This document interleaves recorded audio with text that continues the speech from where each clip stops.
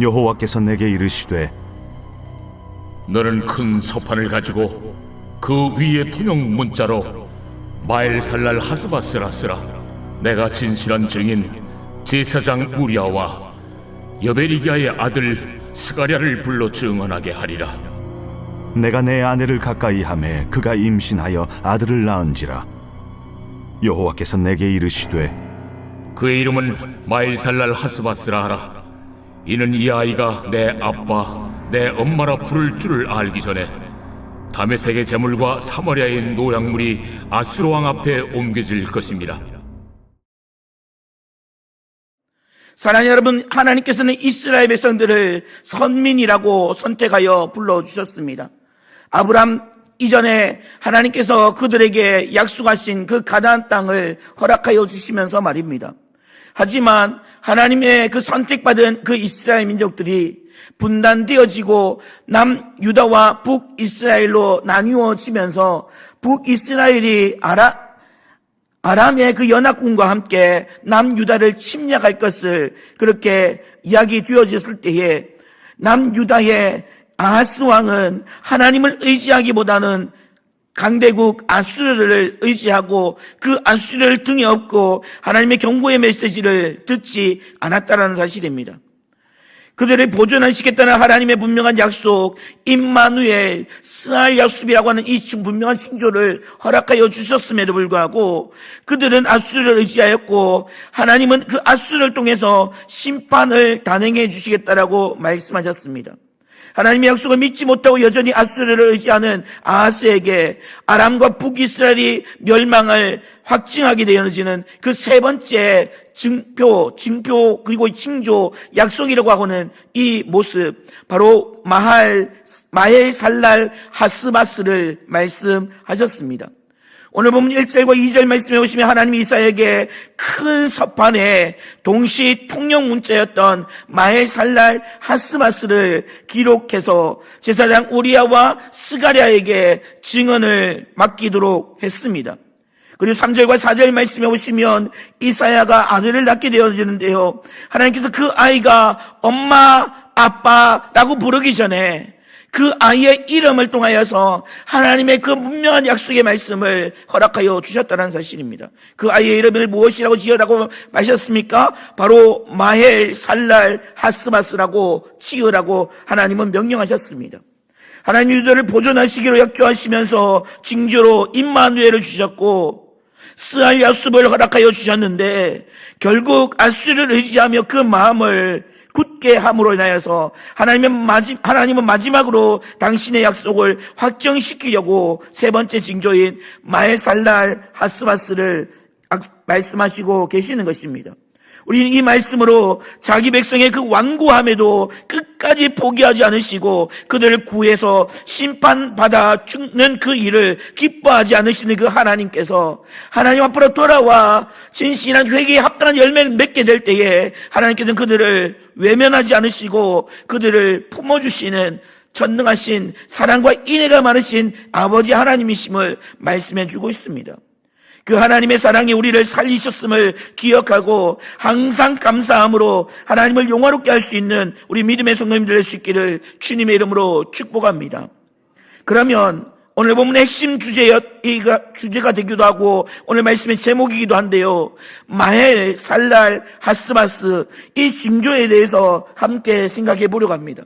1절과 3절 말씀해 보시면 동일한 단어 마헬살랄 하스바스라는 이 표현이 등장되어지고 있는데요, 이 표현은 바로 이런 뜻을 가지고 있습니다.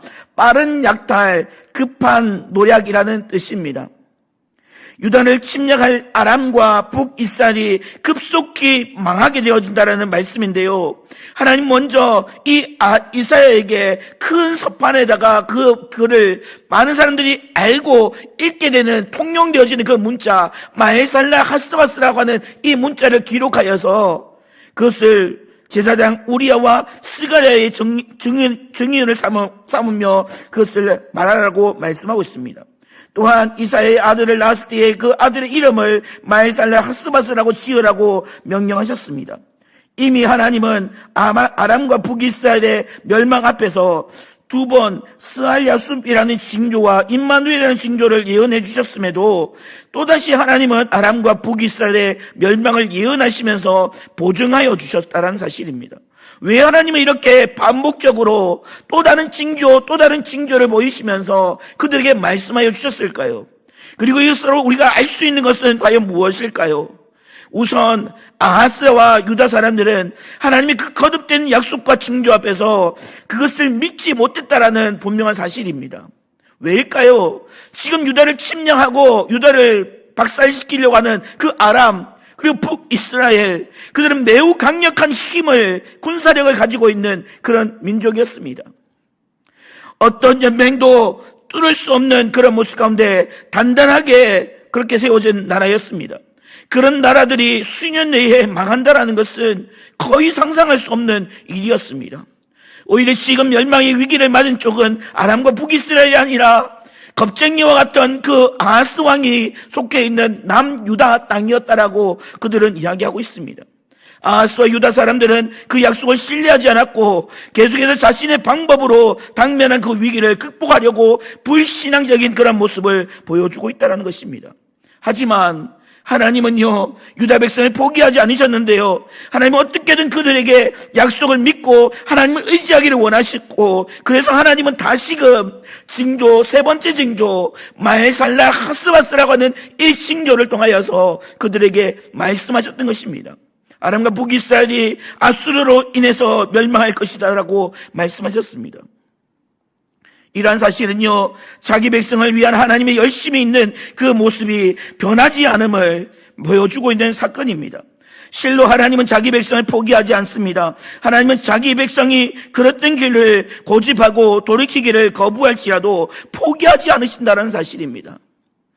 하나님은 시비할 정도로 자기 백성에게 그 관심과 시선을 돌리지 않으시고 자기 백성이 회개합단 열매를 맺고 하나님 앞에 나와서 무릎을 꿇고 마음을 찢고 정말로 진실한 회개의 그런 삶을 통하여서 하나님의 그 영화로움을 나타내는 거룩한 삶으로 세워지기를 원하시는 분이 바로 나의 아빠, 아버지 하나님이시라는 사실입니다.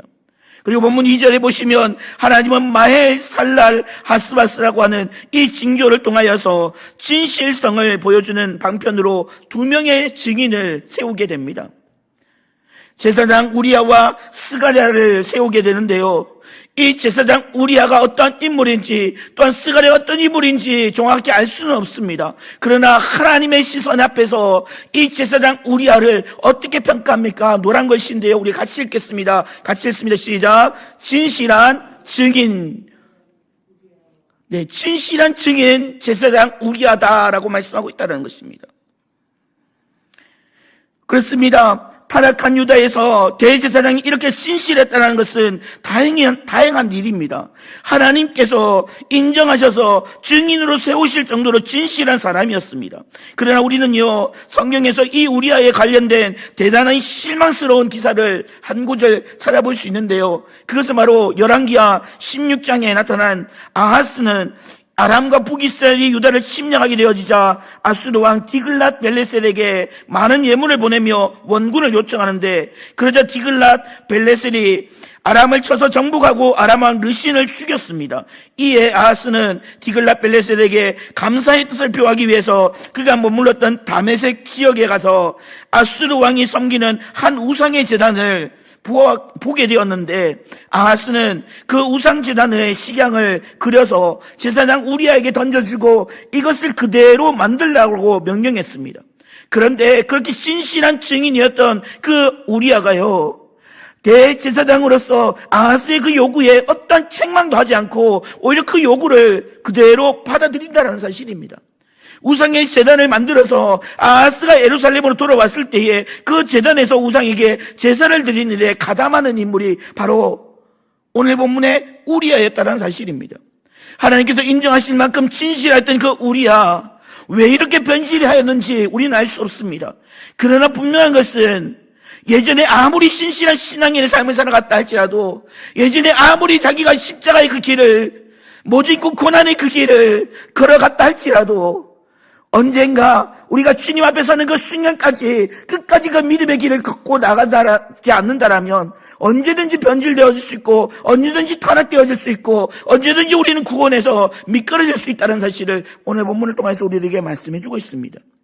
그러면 우리는 여기서 무엇을 생각할 수 있습니까? 우리의 이 변질, 그리고 그 외에 진실하였던 성도의 변질은 모두 그들이 지닌 인간의 연약함 때문이다라는 사실입니다. 그들의 신앙이 처음부터 진실하지 못한 것이 아니었습니다. 그들도 분명 한때는 진실하게 하나님 앞에 거룩한 모습으로 세워질 것을 원하였습니다. 예수님의 수제자였던 베드로 역시 그와 같은 모습을 보여주고 있습니다. 예수님의 수제자 베드로는요, 다른 사람들이 주님을 누구라고 이야기하느냐라고 이야기하였을 때에 엘리야다, 에레미야다, 선지자 중에 한 사람이다라고 이야기했지만 그는 자신 있게 이야기합니다. 주는 그리스도시요 살아계신 하나님의 아들이십니다라고 고백하게 됩니다. 바요나 시모나 복이 있도다, 이것을 내게 알게 하니는 내 혈육이 아니라 하늘에 계신 내 하나님 아버지시다라고 하나님 말씀하시며 그 이름 위에 천국 열쇠를 허락하여 주시고 하나님의 놀라우신 축복의 그 은혜를 잊게 되어졌습니다. 예수님께서 가룟 유다에 의하여서 대제사장과 서기관들에게 팔리어져서 끌려가시는 그 장면 앞에 베드로는요, 다른 사람은 다 주님 모른다라고 따라갈지 모르지만 나만큼은 주님 끝까지 쫓아갈 거예요. 주님 십자가 지고 나갈 거예요 라고 호언장담했던 그 베드로가 빌라도 법정 앞에 서셨던 그 예수님의 모습을, 초라한 그 모습을 바라보고서 그는 이야기합니다. 나 예수와 상관없어. 나 예수 몰라 라고 이야기하며 떠나간다는 사실입니다. 그것이 우리 인간의 연약한 실존적인 모습임을 우리는 깨달아야 할 것입니다. 내 의지로 내 노력으로 주님을 섬길 수 있다고 착각하지 마십시오. 구원의 완성에 이룰 수 있다고 착각하지 마십시오. 우리들 인생의 삶에서 진실로 하나님의 하나님 되심을 인정하지 않는 이상 하나님의 그 약속의 말씀이 이 성경책에 기록되어 있음에도 그 말씀은 말씀인 것뿐이고 나와는 아무런 상관이 없고 다른 사람이 들어야 하는 그런 말씀이라고 생각하는 그 순간 우리의 그 연약함은 우리들로 하여금 실존적인 그 모습으로 구원의 그 완성을 이루는 하나님의 그 다음없는 그 사랑 앞에서 놓쳐지는 안타까운 모습을 발견하게 되어준다는 사실입니다. 부패한 요소가 침투하지 못하도록 우리는 늘 각성하고 경계하는 삶을 살 수 있어야 합니다. 우리는 또 마지막으로 성도나 하나님의 영광을 위해서 내 유익을 위해서 삶을 포기할 수 있어야 되는데요. 오늘 보면 3절 말씀에 보시면 이렇게 말씀합니다. 3절입니다. 내가 내 아내와 동침함에 그가 잉태하여 아들을 낳은지라 여호와께서 내게 이르시되 그 이름을 마헬살랄 하스바스라 하라 라고 말씀합니다. 여러분, 이사야는요 아내와 동침하여서 자녀를 낳습니다. 그런데 그 자녀에게 하나님께서 뭐라고 말씀하셨습니까? 가장 기쁘고 가장 아름답고 가장 행복한 그런 모습의 그 삶을 누려야 했던 그 태어난 그 아이의 이름을 마헬살랄 하스바스라라고 말씀하고 있다는 사실입니다. 엄마, 아빠라고 부르기 전에 그 민족이 심판받아서 멸망할 것을 예언하시는 그 말씀이 그 아이의 이름으로 등장하고 있습니다. 이것은 하나님을 위하여서 이사야의 개인적인 삶을 포기하라고 요구하신 것과 같습니다. 즉 이사야는 가족의 기쁨과 행복도 하나님의 사역을 위해서 포기하는 그런 인생의 삶을 살아갔습니다. 내가 누구를 보낼까라고 이야기하셨을 때에 우리 주님께서 주님의 그 요구 앞에 내가 여기 있사오니 나를 보내어 주소서라고 말씀하였던 그 이사야 선지자는요, 결국 이사야 20장 3절 말씀에 그는 이렇게 사역을 하고 있는 것을 보게 됩니다. 우리 같이 읽겠습니다. 여호와께서 이르시되 나의 종 이사야가 3년 동안 벗은 몸과 벗은 발로 다니며 애국과 구스에 대하여 징조와 예표가 되었느니라. 아멘.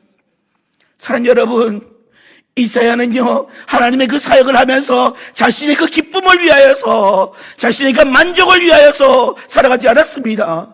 그는 벌거벗은 몸으로 벌거벗은 발로 그렇게 3년이라고 하는 그 시간 동안 다니면서 하나님의 그 심판의 메시지를 전하였고 그들로 하여금 회개에 합당한 열매를 맺기를 촉구하는 그런 인생의 삶을 살아갔다는 사실입니다.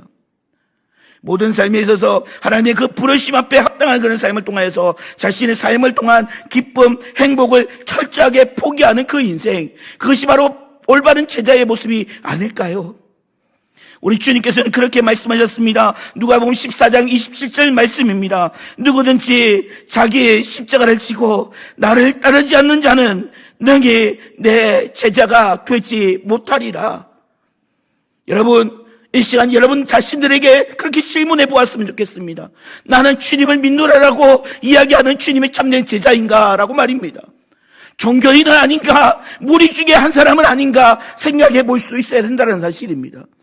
누구든지 나의 참된 제자가 되기를 원한다면 자기 자신을 부인하고 자기를 주님의 그 십자가에 못 박고 자기를 온전히 죽여내고 그리고 주님을 따라가는 그 십자가의 길을 묵묵히 걸어가는 것이 우리들의 삶 가운데 필요하다라고 우리 주님은 끊임없이 우리에게 촉구하고 계십니다.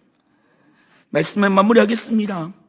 본 단락에서 우리에게 말씀하고 계시는 마엘 살랄 하스바스, 사랑하는 여러분, 스알야숲이라고 하는 그 징조를 주셨고 임마누엘이라고 하는 그 징조를 주셔서 그들의 그 완고함, 그 마음을 깨뜨리시기를 원하셨던 그 하나님께서 그럼에도 불구하고 하나님 말씀이 들려짐에도 불구하고 완고한 그 마음이 깨뜨려지지 않고 여전히 고집투성이었던 그 남유다 땅에 하나님은 마엘 살랄 하스바스라고 하는 그 명칭을 통하여서 하나님의 그 징조를 통하여서 그들을 끝까지 포기하지 않으시고 그들을 이끄시고 그들과 함께 하신다는 사실을 그들에게 보여주셨다는 사실입니다. 사랑하는 여러분, 우리의 인생의 삶에서 하나님 다음은 그 약속을 잊지 마십시다. 세상 끝내까지 내가 너희와 항상 함께 할 것이다라고 말씀하시는 그 주님의 음성을 놓치지 않으셨으면 좋겠습니다. 세상 삶이 힘드십니까? 어렵습니까? 고단하십니까? 피곤하십니까? 그럴수록 주님을 향하여서 주님의 그 표대를 향하여서 내 시선을 고정시키고 오직 하나님의 담없는 그 은혜와 그 사랑 앞에 가까이 나갈 수 있는 믿음의 역동성을 가질 수 있는 우리 모든 시인의 성도님 될 수 있기를 주님의 이름으로 간절히 축복합니다. 하나님 감사합니다. 오늘도 우리에게 거룩한 예배의 자리에 불러 세워주셔서 감사합니다. 하나님 마엘 살랄 하스바스, 하나님 정말로 하나님의 담없는 그 은혜와 그 사랑을 우리에게 부어주시고자 스알야숲도 징조를 주시고 임마누엘의 징조도 주셨지만 하나님 정말로 완고한 백성들은 하나님을 의지하기보다 하나님 정말로 저 이방 나라 아수르를 의지하는 그런 완고함이 있었습니다. 하나님 정말로 우리 안에 내 마음속에 있는 수많은 그 굳게 세워진 그런 마음들 이제는 끼어지게 하시고 부서지게 하시고 하나님의 거룩하신 그 나라가 회복되어져 나갈 수 있는 거룩한 은혜의 삶이 될 수 있도록 주님 도와주시옵소서. 하나님 이번 주 금요일 우리 송학자 권사님 하나님 한미병원에서 하나님 무료병고 수술을 앞에 두고 있습니다. 하나님 그 마음에 주님 주시는 평안을 허락하여 주십시오. 의료진들의 손길을 통하여서 깨끗하게 정결하게 하나님 앞 치유되어지게 하시고 이전보다 더욱더 강건한 무릎을 가지고 주님 재단에 찾아 나올 수 있는 거룩한 예배자의 삶이 될 수 있도록 우리 권사님 회복의 은혜를 더하여 주시옵소서. 하나님 또한 이 시간에 하나님 아버지 문명으로 하나님 앞에 올라와 거룩한 감사의 예물을 드린 귀한 성도님 손길이 있습니다. 하나님 이 예물을 통하여서 하나님 영광 받아주시고 하나님 마음껏 하나님께 감사하며 나갈 수 있는 믿음의 귀한 역사에 날 수 있도록 주님 도와주십시오. 범사에 감사하라, 이것이 그리스도 예수 안에서 너희를 향하신 하나님의 뜻이다 말씀하신 하나님, 하나님 불평 원망 짜증 하는 것이 아니라 감사 찬송 기쁨의 아름다운 고백을 주님께 올려드리는 믿음의 귀한 삶으로 그의 모든 인생의 삶에 하나님의 주권이 나타날 수 있도록 주님 도와주시옵소서. 주님 감사합니다. 사랑합니다. 나를 구원하신 우주 예수 그리스도 이름으로 감사하며 기도드리옵나이다. 아멘.